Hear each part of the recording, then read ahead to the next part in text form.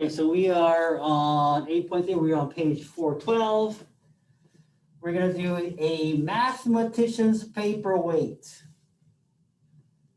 So we're example number 8.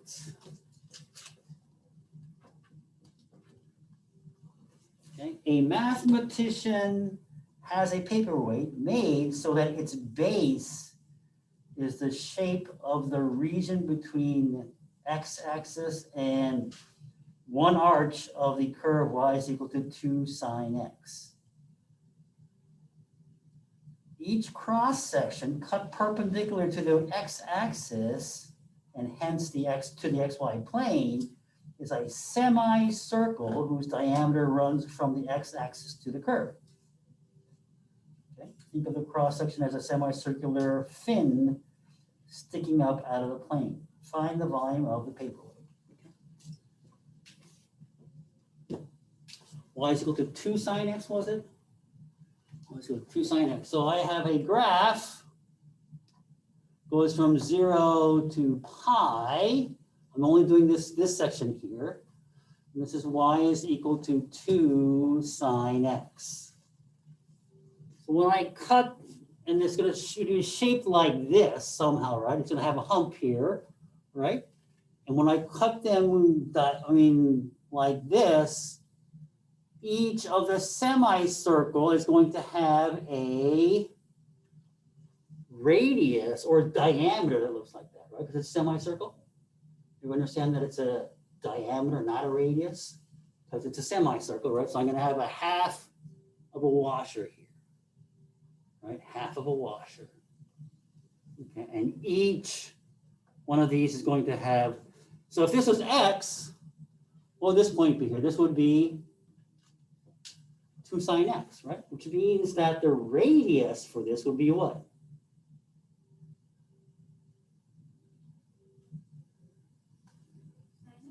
Sine x, right? Half of that diameter, right? Sine x, right? So your radius is sine x, which means that the area is that divided by 1/2. But it's a semicircle, correct?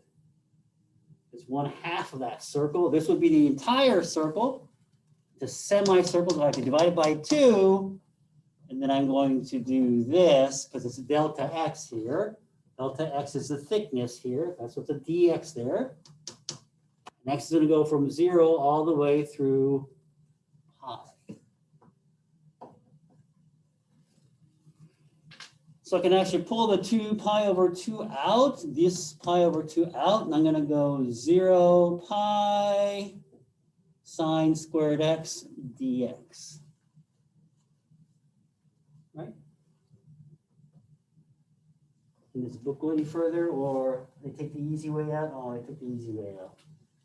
They minted it. Okay, and when you mint it, this part here is actually 1.507, blah, blah, blah, whatever. Which actually is what? This is half of a pi, right? So this is really half of a pi, which leads you to believe that there must be some algebraic way to do this. No? Maybe, right? Maybe. So let's look at the algebraic method. What I'm trying to do is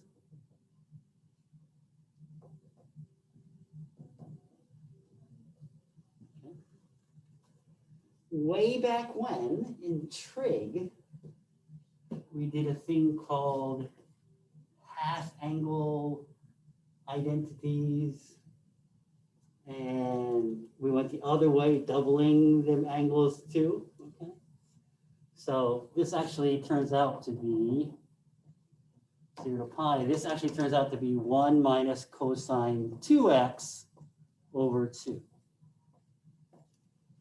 Okay, so the identity is that sine squared x is the same as 1 minus cosine 2x divided by 2. This ring a bell? Nope, not at all. Not surprised. Can you also use like 1 minus cosine squared x? That was when we had sine squared x. So if I do that, I still end up with, then I would end up with this, right? I would end up with this, and I would pose the same problem. I cannot find an antiderivative that looks like this, right? Because I still have this square thing up here, right? And that's what the problem over here was. I have this square thing, right? Okay. So this I could do, but that really does me no good. Okay, so from here, I'm going to pull the 1/2 out.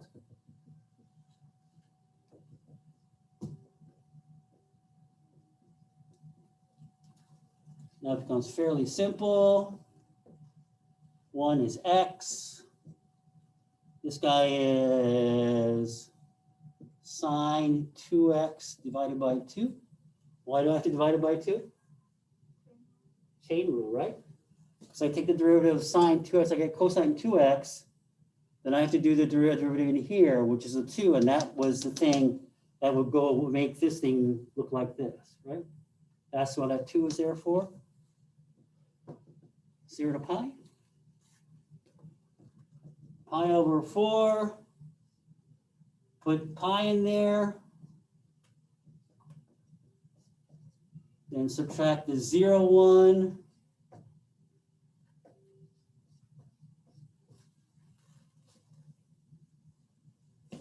This is,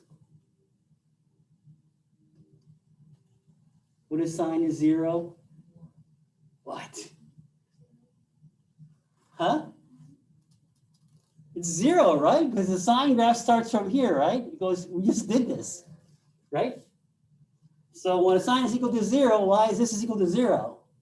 When sine is equal to 2 pi, same thing. So what I end up with? Same answer, right? Pi squared over 4. Right? Okay. Not that I would ever ask you to do this. Just know that there is a way to do it. Okay? And I would not ask you to do this without using it. That would be a little mean. Okay? All right. So that's it. So the key to this problem was what? The key to this problem was visualizing what's going on there, realizing that you have a bunch of semicircles stacked one on top of each other, one side by side by side by side. Okay, so that was the key to the problem. Example number 9. Example number 9, we have a thing called the Cavalieri's volume theorem. Okay, and that really isn't much. If you go to top of page 413, I'm not even going to bother to draw this because there's no way I can draw this on the board. If you can imagine a stack of CD-ROMs or something like that, right? And you have a certain volume. When it's a perfect cylinder, you can move it around and shape it around, and the volume's not going to change, right? So kind of like playing Jenga with that thing, right? And you're poking it here and there. So it'll still be the same as what they're saying there, okay?